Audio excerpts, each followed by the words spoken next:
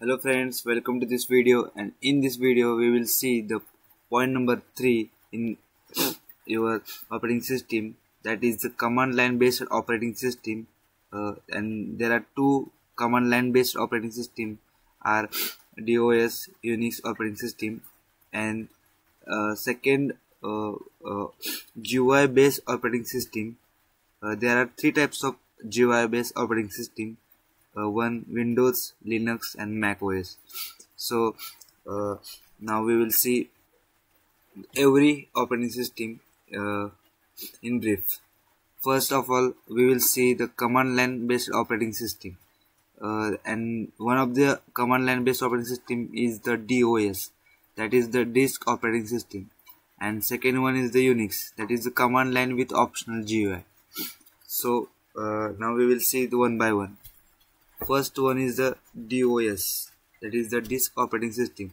It is the totally command line based operating system.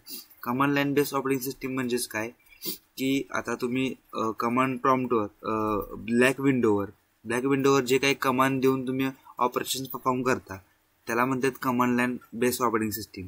आणि ही DOS आहे ती fully command line based operating system आहे. तुम्हाला commands वरूनच सर्व प्रकारचे ऑपरेशन्स परफॉर्म करावे लागणार आहेत.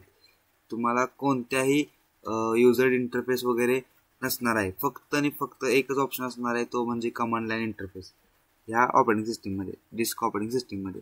तर आपण बघूया इन ब्रीफ मध्ये. आणि तुम्ही परीक्षेमध्ये तुम्हाला explain the command line based operating system and GUI based operating system असा प्रश्न विचारू शकतात. तेव्हा तुम्ही हा कंटेंट तुम्ही त्याच्यामध्ये लिहू शकता. आणि कंटेंट लिहिताना ॲज इट इज लिहिणं गरजेचं नाही. तुम्हाला समजलेल्या भाषेत तुम्ही बुलेट पॉईंट्स थ्रू सुद्धा लिहू शकता. कंटेंट मोठा पाहिजे, लेंदी पाहिजे असं काही गरजेचं नसतं.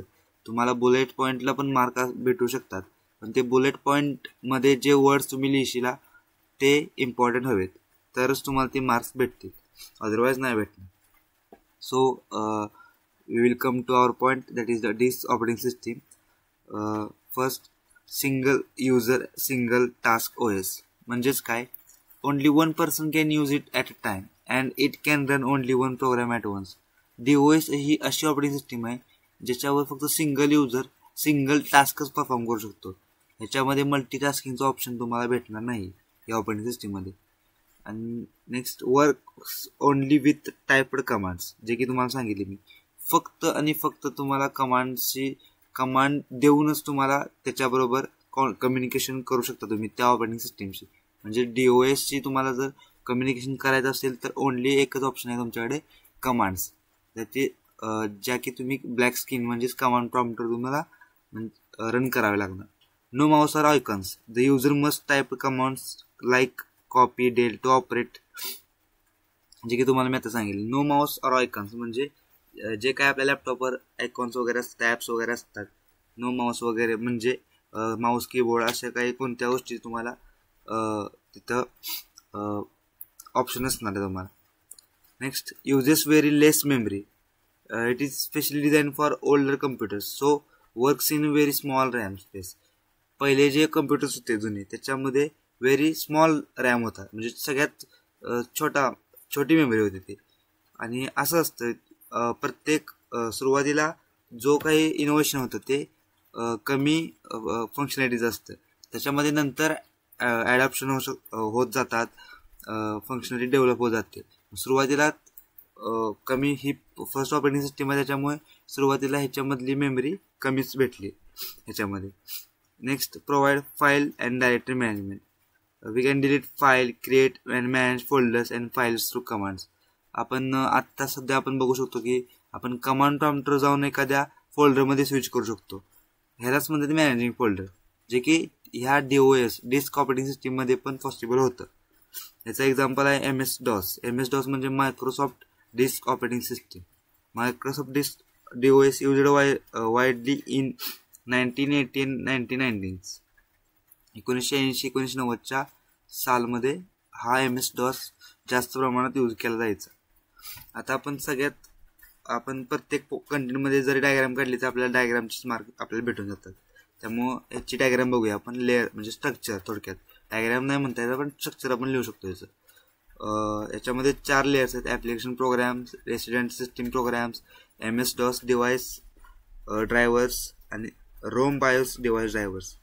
त्याच्यामध्ये याचं नेमकं वर्किंग कसं होतं, म्हणजे ह्या DOS डिस्क ऑपरेटिंग सिस्टीमचं वर्किंग नेमकं कसं होतं, म्हणजे ही कमांड लाईन ऑपरेटिंग सिस्टीम आहे चा टाईप आहे. त्याचं वर्किंग कसं होतं ते आपण ह्या लेअर स्ट्रक्चरच्या मार्फत बघूया. फर्स्ट ऑफ ऑल काय होतं, ॲप्लिकेशन प्रोग्राम त्याला जी काही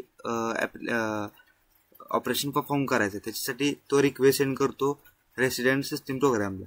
रेसिडेंट सिस्टीम प्रोग्राम ती रिक्वेस्ट ॲक्सेप्ट करतो, रिसिव्ह करतो आणि तो ती रिक्वेस्ट एक्झिक्यूट करण्यासाठी एक्झिक्यूट कुणा थ्रू करतो, MS-DOS डिव्हाइस ड्रायव्हर्स आणि रोम बायोस डिव्हाइस ड्रायव्हर्स या 2 ड्रायव्हर्स थ्रू ती जी रिक्वेस्ट असते ती एक्झिक्यूट होते.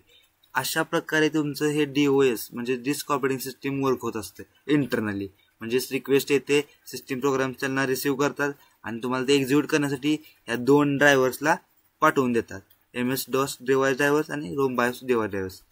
इथे आपण मेन्शन केलेलंच आहे. In this diagram application programs send request to the resident system program and request execute through MS-DOS device DOS म्हणजे MS disk operating system device drivers and ROM BIOS device drivers, जे की या diagram म्हणून आपल्याला समजते.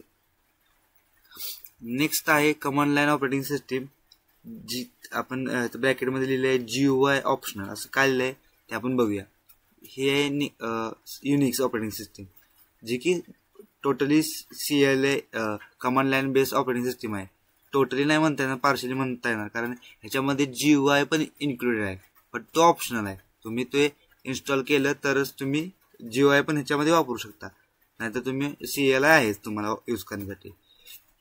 आता ह्याच्यामध्ये बघूया. फर्स्ट पॉईंट आहे मल्टी युजर मल्टीटास्किंग.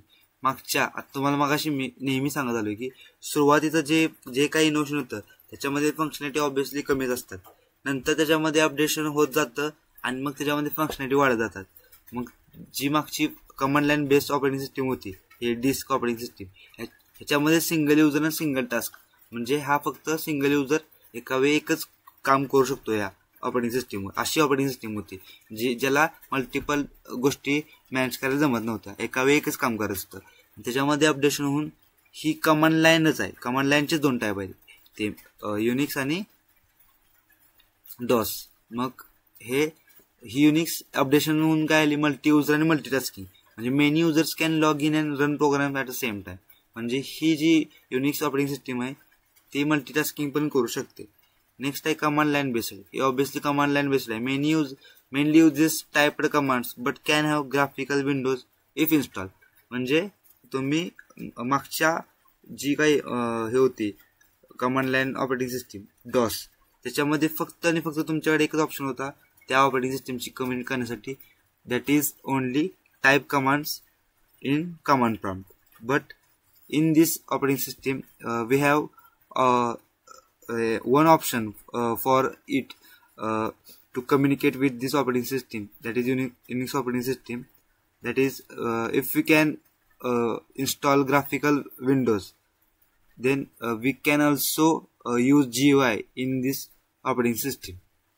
म्हणजेच जर आपण ती इन्स्टॉल जर केली ग्राफिकल विंडोज एक्सटर्नली, तर तुम्ही ह्या युनिक्समध्ये तुम्ही ग्राफिकल ऑप्शन पण तुमच्याकडे राहणार, म्हणजे आयकॉन्स वगैरे, इंटरफेस वगैरे, त्याच्यामार्फत कम्युनिकेशन करायला सर्वांना सोपं जातं. नेक्स्ट पॉईंट आहे secure and stable, non for high security and less crashing. High security म्हणजे ही जी युनिक्स ऑपरेटिंग सिस्टीम आहे जी सर्वात सिक्युअर आहे. सिक्युअर म्हणजेच काय, त्याचे प्रत्येक गोष्ट डाटा हा सिक्युअर असतो. अनऑथराइज युजर्स त्यांना ॲक्सेस करू शकत नाहीत. आणि लेस क्रॅशिंग म्हणजेच इतकी स्टेबल आहे. लेस क्रॅशिंग हे कशावरून समजतं आपल्याला, ही मल्टीटास्किंग वेळेस आहे. मल्टीटास्किंग म्हणजे many programs run simultaneously. So याच्यामध्ये क्रॅश पण कमी होत असणार, कारण जर ह्या ऑपरेटिंग सिस्टीमला मल्टीटास्किंग जमत असेल तर ते ऑब्व्हियसली क्रॅश होत नसणार. मल्टीटास्किंग गोष्टी क्रॅश होतात, पण ह्याच्यामध्ये ऑप्शन आपलं मल्टीटास्किंगचं दिलेलं आहे, त्याच्यामुळे ही लेस क्रॅशिंग म्हणून आहे. नेक्स्ट आहे portable, works on many hardware types. Portable म्हणजेच can run on many servers, many frames और पर्सनल कम्प्युटर्स. ही युनिक्स ऑपरेटिंग सिस्टीम मेनी कम्प्युटर्सवर रन होऊ शकते. याचे एक्झाम्पल्स आहेत सोलारिस, HP UX, या की पॉप्युलर युनिक्स व्हेरियंट्स आहेत ज्या की कंपनीमध्ये यूज होतात. Popular Unix variants use in companies.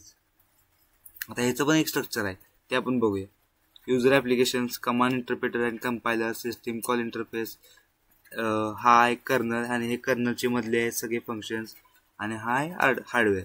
ह्याच्यामध्ये काय, kernel in Unix is like heart in human body. ह्याच्यामध्ये हा जो कर्नल आहे हा एक हर्ट आहे, ह्या स्ट्रक्चरचा हर्ट आहे, आपल्या बॉडीमधला हर्ट आहे, जो की मेन फंक्शन आहे आपल्या बॉडीमधले. जर तो बंद पडला तर आपल्या बॉडीचं फंक्शनिंग पूर्ण थांबू शकतं. तर तसंच आहे, जर म्हणजे त्या हार्टपासून सर्व फंक्शन परफॉर्म होत असतात. म्हणजे तो सेंटर पॉईंट असतो आपल्या बॉडीचा. आणि या स्ट्रक्चरचा सेंटर पॉईंट आहे कर्नल, जो की तो एका जागेवरून सगळ्या गोष्टी मॅनेज करू शकतो. Unix is basically divide into 2 parts. One is kernel, second one is system program. Everything which is below system call and system call interface and above the physical hardware is kernel. म्हणजे everything is below system call, म्हणजे जी काय system कॉलच्या खाली आहे and above the hardware, that is the kernel. तो या सर्व गोष्टींना आपण कर्नल म्हणू शकतो. Kernel provide the main functions which are performed by OS itself. Kernel तुम्हाला सर्व फंक्शन म्हणजे signal terminals, file system, input output, demand paging, virtual memory, CPU scheduling, memory management, हे सर्व फंक्शन्स आहेत. हे कोण मॅनेज करतं, एकटा कर्नल मॅनेज करतो. त्यामुळे लिहिले kernel provide the main functions which are performed by OS itself. Some functions are file system, CPU scheduling, memory management and other OS functions through system calls. ह्याचं structure आपण आता बघितलेलं आहे, जे की युजर ॲप्लिकेशन्स आहे. युजर ॲप्लिकेशन सुद्धा जे काय तुम्हाला ऑपरेशन परफॉर्म करायचं आहे ते रिक्वेस्ट सेंड करतात कमांड इंटरप्रेटरला. ते रिक्वेस्ट इंटरप्रेटर किंवा कंपायलर इंटरप्रेट करतात किंवा कंपाईल करतात through system calls. System calls ते इंटरप्रेट करतात आणि नंतर ती कर्नलला सेंड करतात. आणि त्या कर्नल त्या रिक्वेस्टच्या अकॉर्डिंगली पर्टिक्युलर फंक्शन परफॉर्म करतं. आणि पर्टिक्युलर फंक्शन परफॉर्म केल्यानंतर तुम्हाला ते ॲक्च्युअल हार्डवेअर, जे काय ॲक्च्युअल हार्डवेअर आहे ज्याची तुम्हाला रिक्वेस्ट युजरनं सेंड केल्या, ते तुम्हाला भेटून जातं. असं आहे याचं वर्किंग कशाचं, युनिक्स ऑपरेटिंग सिस्टीमचं. नेक्स्ट पॉईंट आहे विंडोज GUI बेस्ड, जो की सर्वांशी ऑलरेडी सगळ्यांना नोन आहे. जो की आत्ता सध्या माझ्या लॅपटॉपमध्ये पण विंडोज आहे. सर्वांच्या 100 मधल्या आत्ता तरी 80 लोकांच्या लॅपटॉपमध्ये विंडोज यूज करतात सगळे, कारण ती पॉप्युलर ऑपरेटिंग सिस्टीम आहे. कारण ती GUI बेस्ड आहे. GUI बेस्ड म्हणजे ग्राफिकल युजर इंटरफेस. ग्राफिकली तुम्हाला गोष्टी म्हणजे इंटरफेस असतो, ॲप्लिकेशन्स असतात आपल्या लॅपटॉपमध्ये. हे जे टॅब्स आहेत तुम्हाला जे खाली दिसतात हे त्या तुम्हाला त्यांनी प्रोव्हाइड करून दिले. त्यामुळं युजर्सला फ्रेंडली वातावरण, इन्व्हायरमेंट भेटतं कम्युनिकेशन करण्यासाठी. आपण बघूया विंडोज OS मध्ये user friendly graphical user interface with icons and menus. आपल्याला आयकॉन्स असतात, मेनूज असतात, मेनू बार्स असतात, टॅब्स असतात. त्याच्यामुळे easy to use with mouse clicks instead of typing commands. त्या मागचे जे आपण 2 कमांड लाईन इंटरफेसचे टाईप्स बघितले, डॉस आणि युनिक्स, त्याच्यामध्ये तुम्हाला कमांड्स कोणत्या फंक्शनसाठी कोणती कमांड यूज करायचे हे तुम्हाला कमांडचं नॉलेज पण असणं गरजेचं असतं. पण GUI मध्ये नाही, सिम्पली क्लिक करायचं, डबल क्लिक करायचं, झालं. तुम्हाला जे काही फंक्शन्स हवं आहे ते तुम्ही ओपन करू शकता डायरेक्टली. पण इन्स्टेड ऑफ टायपिंग कमांड्स तुम्हाला टाईप करावे लागत नाही तिथं. हे सुद्धा मल्टीटास्किंग मल्टी युजर आहे. आपण विंडोजमध्ये आपण बघतो, आपण मल्टिपल टॅब्स ओपन असतात आपल्या.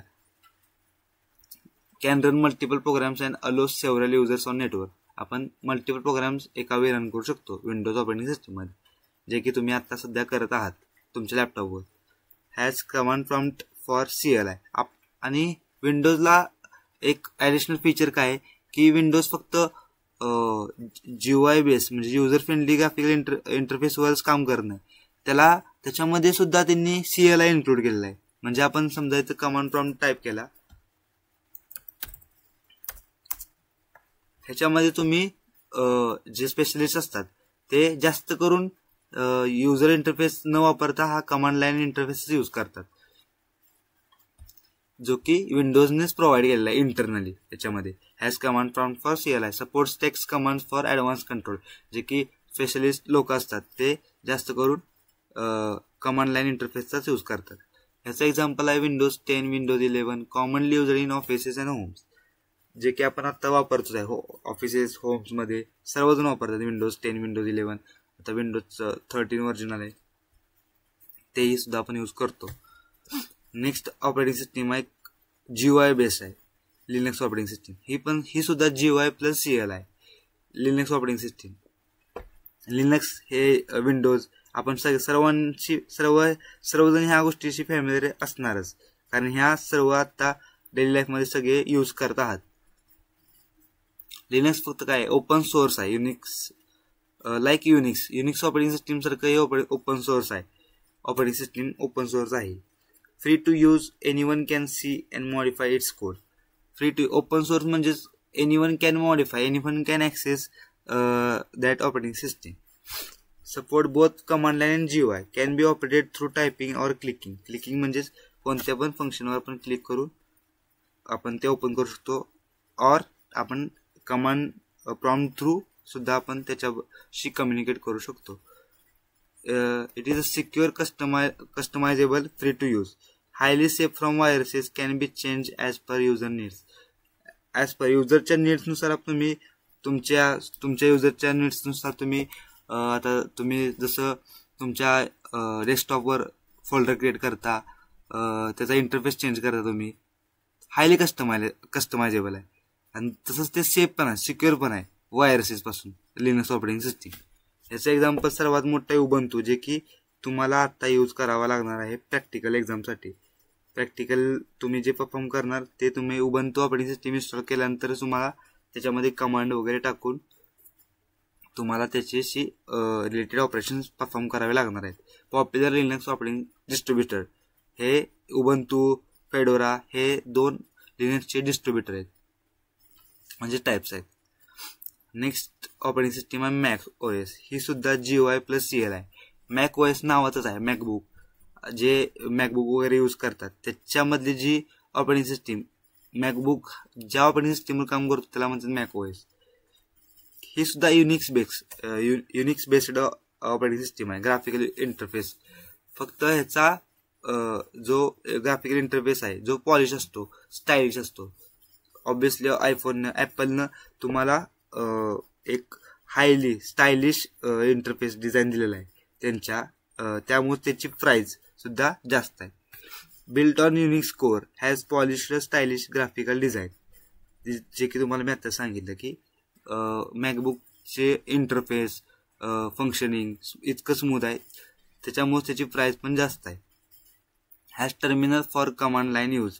आता आपण कमांड प्रॉम्प्ट ओपन केलं कमांड्स टाईप करण्यासाठी, पण मॅकबुकमध्ये वेगळ्या प्रकारचे टर्मिनल्स आहेत, म्हणजे थोडक्यात वेगवेगळ्या प्रकारचे सॉफ्टवेअर्स आहेत, ज्या कमांड तुम्ही तुमच्या कमांड प्रॉम्प्ट रन करू शकता, ते तुम्ही त्या ॲप थ्रू सुद्धा रन करू शकता. थोडक्यात टर्मिनल तुम्ही ॲप पण म्हणू शकता किंवा एक सेपरेट कमांड प्रॉम्प्ट पण म्हणू शकता. Advance user can type command for full control. म्हणजे थोडक्यात तुम्ही SQL जर तुम्ही शिकला असाल सेकंड इयरमध्ये, तर SQLमध्ये SQLला तुम्हाला एक सेपरेट टर्मिनल भेटायचं व्हाईट स्क्रीनचं. ते व्हाईट स्क्रीनवर पण रन करू शकता तुम्ही किंवा ब्लॅक स्क्रीनवर पण रन करू शकता, ज्या की त्या कमांड्स तुम्हाला सेम व्हाईट स्क्रीनवर पण रन होतात. त्यालाच ते ॲडव्हान्स फीचर्स दिलेलं आहे. सेम ॲज धिस इथं पण तुम्हाला म्हणजेच मॅक OS मध्ये सुद्धा टर्मिनल एक ॲड केलेलं आहे. ॲडव्हान्स युजर्स फक्त ते यूज करू शकतात फुल कंट्रोलसाठी. हे जे की स्टेबल आहे, सिक्युअर आहे, युजड इन ॲपल डिव्हायसेस. जे की तुम्हाला मी सांगितलं मॅकबुक म्हणजेच ॲपल. Rarely crashes. त्यांनी जास्त फोकस त्यांच्या फंक्शनिंगवरच केलेलं आहे की त्यांचं फंक्शन इतकं स्मूथ असतं, त्यामुळे ते सेफ असतं. Safe from most malware, run on Macs only. हे जे मॅकबुक्स असतात ते मालवेअर पासून सेफेस्ट असतात. Example Mac OS Monterey, Ventura latest Apple OS versions. हे जे की मॅक OS मॉन्ट्री, वेंट्युरा आहेत, हे सगळे लेटेस्ट ॲपलचे OS व्हर्जन्स आहेत. आणि अशा प्रकारे आपले सर्व GUI बेस आणि command line base operating system बघितले आहेत. तुम्ही एक्झाममध्ये ह्या ह्यातला जो काही कंटेंट तुम्हाला समजला आहे तुम्ही बुलेट पॉईंट्स थ्रू सुद्धा लिहू शकता. आणि इम्पॉर्टंट आहे डायग्राम काढणं. डायग्रामवरून तुम्ही एक्सप्लेनेशन तुमचं वाढवू शकता, ज्याच्यामुळे तुम्हाला एक्स्ट्रा मार्क्स, डायग्राम जरी बघितली एक्झामिनरनं तरी तुम्हाला मार्क्स त्यांच्या हातातून सुटून जातात. त्यामुळे डायग्राम काढणं सुद्धा इम्पॉर्टंट आहे. आय होप तुम्हाला ह्या विंडोज ऑपरेटिंग सिस्टीम आणि कमांड लाईन ऑपरेटिंग सिस्टीम समजल्या असतील. आपण नेक्स्ट व्हिडिओमध्ये special types of services, system calls बघणार आहोत. So see you in the next one. Thank you.